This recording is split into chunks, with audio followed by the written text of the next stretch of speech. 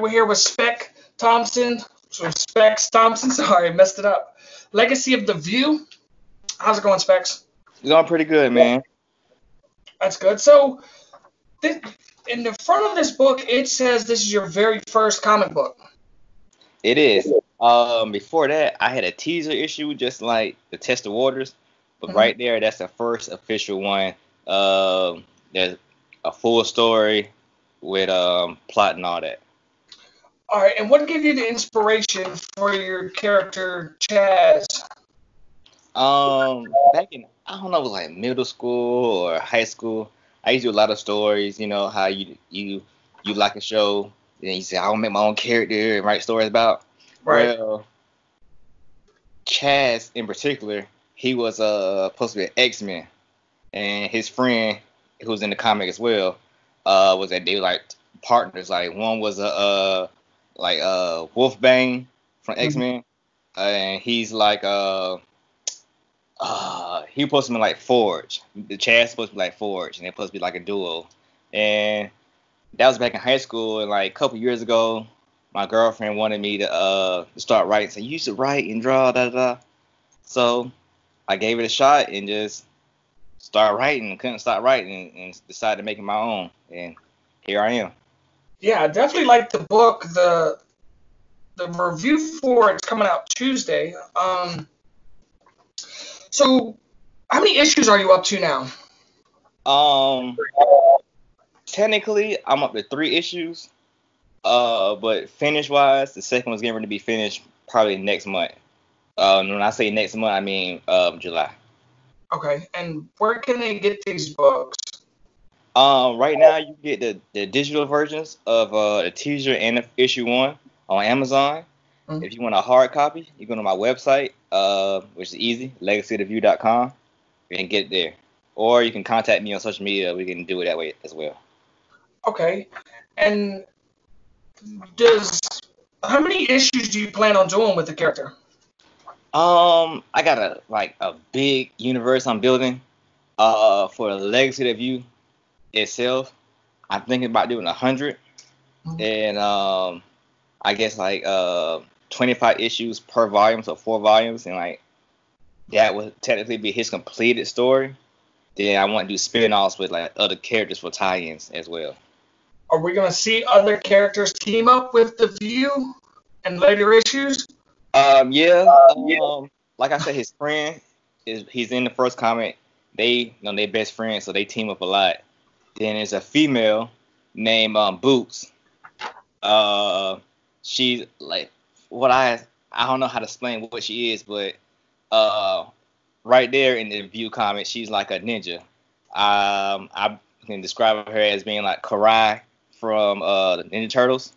She a female, badass ninja. Got her own ninja clan, which is a dojo she took over, and they do whatever for money, but she's still good at the same time. Oh, sweet. So is any of the characters that's right here on the splash page getting any powers? Spoilers? No, but one of them guys, he is gonna make another appearance in the 3rd issue, and he's gonna have like a little action scene to it. But other than that, no, they just regular people in the world. All right. And the villain in the book is called. Hold on, let me find. What's the name of it? I'm trying to find it real quick. Well, the villain per se is the Howl. Yes. They're kind of like I guess like putties from Power Rangers. They just generic things that he fights. So you got the weaker ones, which is the Howlings. They're like just little whatevers. Then you got the Howlers, which are the stronger ones, and they can take over people's bodies. All right. Are we gonna see who's at the top of the villain list that's running the whole show? Yeah. The big bad of this volume, he's he's basically somebody who's in jail who got arrested previously, and the guy who I guess controls all the Howl gets him out of jail and wants him to do his work for him until he can like come back to Earth. Oh, sweet. That sounds I definitely like the progression of the story, how you move things along. But tell us do you explain how he gets his powers in later issues? I will. I start that in issue 6, so like maybe top of the year next year, his origin story is gonna come out. But basically this 5 issues I'm doing right now is it's called a pilot. He's fighting the pilot, just to start things off. But I do want to do like a year 1 issue like Batman, to Right. explain like from jump what's going on. But I just had the idea to start my story where it is, like they did the new Spider-Man movie, the Homecoming, not Homecoming, yeah, Homecoming. How boom, he's already Spider-Man, and it's no Uncle Ben dying again, no fighting his first villain, no what was the guy named, the chainsaw guy, hacksaw, whatever his name was, fighting him in the wrestling ring. Spider-Man. Oh, Bonesaw. Yeah, Bonesaw, yeah. It's none of that. He's straight to boom, fighting his first villain. So I want the view to be the same way. Like he's already, I guess you say he's established doing his thing. He just get hooked that way. All right. So in issue 1, how long has he been a superhero already? A year. A year? Yeah, it All started when he was a freshman in high school. He's currently a sophomore. Right. All right. And you told us before we started recording that you draw. And did you draw any of this book? I previously drew it, but I'm not professional and I can't make it look, the quality. So I got another guy named Yusef. He draws everything for me and make it look professional. All right. All the concepts and stuff came from me. He just made it look pretty. Okay. But my spinoff is called Fire Brigade Zero. I'll be drawing everything in that book myself. Oh, nice. When is that supposed to be released? I'll probably release the first one in the fall, probably. Okay. And do you do an Indiegogo or a Kickstarter for any of these books? The first one was an Indiegogo. It did pretty well. The second one I did a Kickstarter for, and it flopped. But I will be doing one. I'm pretty sure I'm on Indiegogo because that worked out better for me. Mm-hmm. For the second and third issue, so you can get them as a 2-pack. And I'll probably be doing that maybe August or September. I want to have both books almost done before I do that. All right. Well, let us know and we'll get you back on here and you can talk about it too. To all of us. So, are you building a universe, like a kind of guess Marvel Cinematic Universe with your characters? Yeah. I'm basically doing my 3 characters. I have the Chief, I have Boots, which is the female I talked about earlier, and the View. They be my 3 like main heroes. Then his friend Warren, which is the werewolf, and his name is Warren. They would have like a buddy cop issue later on. But besides that, I have a cop, and his wife has like Ghost Rider type powers. Okay. And they would have their own little spin off. And I have another guy. He's like what if Batman? His parents died. What happened? Batman? It didn't go good for him. What happened? Like when his parents died, he lost everything, and he lost his fortune to somebody else, and he has to try to get it back. Kind of like the Netflix series Iron Fist was. Okay. Yeah. All right. Nice. You can let's see. So, what advice would you give to new writers out there? I would say make sure you have your stories written, like not completely, but have a general outline, like this happens, like a timeline build, like this happens and throughout. So you won't focus on writing your first issue, then people love it, then you get ready to do a second one, you can't write because you got writer's block. So go ahead and have your whole storyline written, then try to put your fluff in there to make it like multiple issues. All right. Yeah, like filler.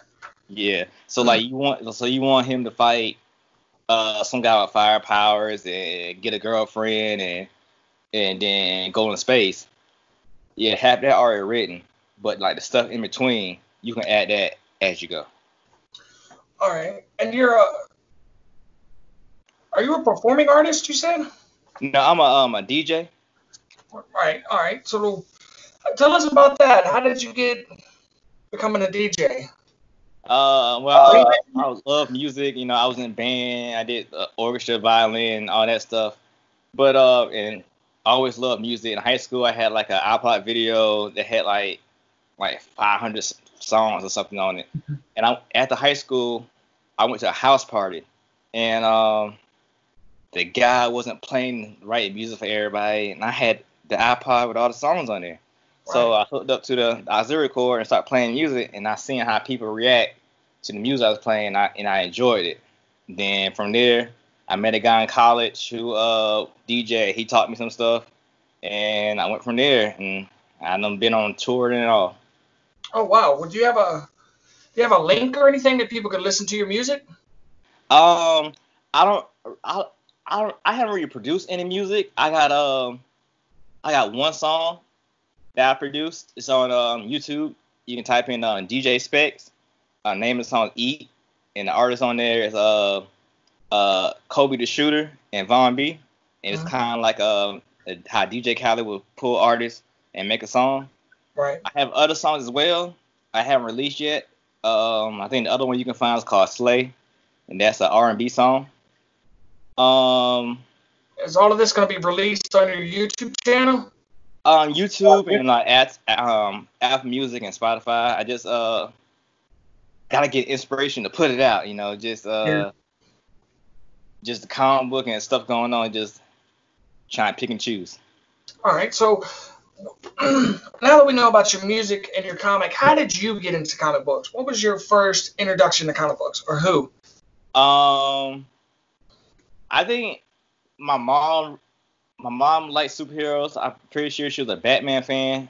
Then but from my memory, my sister, her friend worked at a comic book shop back in the 90s. And I guess being a kid, you know, she wanted me to see stuff, so she used to give me comic books. My first one that I remember, it was called Children of the Atom, I believe, and it was like stories with Bishop and Gambit. They was supposed to, when I was little, I thought they was gonna be like some kind of brothers, but as I got older, I forgot it's not true. But the comic was based on how they got similar powers, and it was like I think 4-issue run. All right. From there, I went to like Young Justice, the first Young Justice. What else I had? Green Lantern books. What else? The Darkness. Sorry, go ahead. The Darkness books. What else? Justice League. The only Marvel at the time I was reading was, you know, X-Men and, you know, Spider-Man. I didn't know anything about nobody else. Are you an avid collector now? Like, do you have the books still? I started collecting comics when I started writing the View, but it just got hard keeping up with it. You know, just every Wednesday, you're like, oh, what I'm gonna spend? Like $5 turned to $20, $20 turned to $50. So I had to like. I know it. All right. So, do you read any other indie comic creators?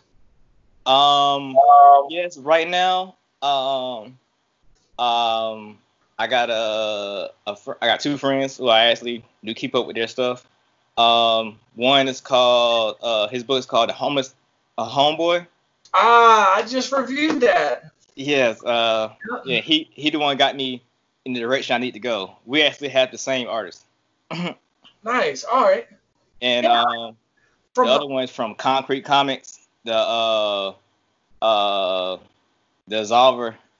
I like them, and they got two more. Can't think of their names right now, but there's two comics I've been reading. Other than that, I got I'm waiting on some to come, but like there's one called Scorpio. They're supposed to be coming in the mail, and the Muffin Man. All right. If you could write a comic, or if you could write a story for any character, who would it be? Who would you like to work with, Specs? See, I remember thinking about this. I really want to do a Static Shock. Then I wrote some storylines for like what if stories, like what if Storm and Wolverine had a kid and what their kids be like, because I think in the storyline they have a daughter, so I want to like write for their daughter and then give them like a son and write like a whole spin-off universe about it. All right, yeah. What would the powers of their son be? Would he have like claws that shoots electricity, or? I think I gave him like claws with wind powers. Oh, that's pretty cool. Yeah, because I think the daughter in the what's already written, she was had healing factors with lightning. I believe that's her powers. All right. Is there any writers out there that gave you inspiration to start writing? I really like Brian Michael Bendis. All right. Yeah, and Jeff Johns. What's some of their favorite work that you like? I really like I believe that he was doing that Fantastic Four. I think he wrote when Johnny Storm had died. Not he allegedly died when he was writing it, but they brought him back alive. But when the whole initial reason why they had broke up. Okay. That was it. I like that, and of course, the Miles Morales. Right. Right now, he got me reading Superman. I wasn't really a Superman fan, but he got me reading Superman lately. Even though people say he's messing them up, but he got me reading them. I heard the greatest Superman book to read is All-Star Superman. I'm not a Superman fan either. I like Batman a lot, as you can see behind me. Got the Justice poster. Yeah. Yeah. Let's see. So, what advice would you give to new people that's trying to make their comic book? Because I asked you about writers, but what would you give to people that's trying to make their comic book real? Get your pricing correct. Like know about pricing, because depending if you a writer, you have to get an artist. If you're an artist, you have to get a writer. Right. And it's a lot of people who are charging a lot for stuff they don't need to charge for. So like somebody can say, "Oh, I do my pages for $200 a page." Really, they just probably don't get any work, and it's trying to get fast money out of you. Versus somebody who does get work probably charge you $50 a page, and gonna be right there with you, helping you out. Versus the $200 guy who's gonna do whatever and they won't help you out. All right. Well, that's the final question, Specs. You got the floor for a couple minutes. Is there anything you want to tell us or tell the people listening? Just if you like how the comics sound, the View, his powers. I never talked about his powers. He creates objects out of thin air. Basically, he pulls the items he wants out his hand. So if he wants a sword, he can create a sword just by closing his eyes and thinking about it, and it lasts for up to a minute before they dissolve. He fights villains called the Howl, which are like these demon imp things, and he's the only one that is able to like defeat them properly. But he's reluctant to do it because he don't want to be a hero. He just want to make music and hang out with his friends, but he knows he has to do it because nobody else in the world can. There are other superheroes and villains in the story, but some of them don't survive the long haul. So he has to do what he has to do to save the world. All right. Yeah, I'm sorry that we didn't talk about the powers. Is this his final suit, or is he gonna get an upgrade later down the road? That's actually his first suit. Okay. His mask is actually the T-shirt he's wearing at the time. He just picks it up and ties it on his head for his mask. And since he's an athlete, he plays baseball. He's wearing an Under Armour shirt because he's athletic. So over time he'll get suit upgrades to like a better mask and like some kind of plated armor because taking all them hits is gonna take a toll on his body. Oh yeah. All right. Well, thank you, Specs, for coming on and talking to us about your book. No problem, man. No problem. Make sure everybody, follow the book at Legacy of You on Facebook or Instagram. Or you want to follow myself, look me up, Specks Thompson. It's everywhere, Specks 706. The first book is out now. You can get it on my website or Amazon. And the second one will be out in July. All right. Thank you. No problem, man. Thank you.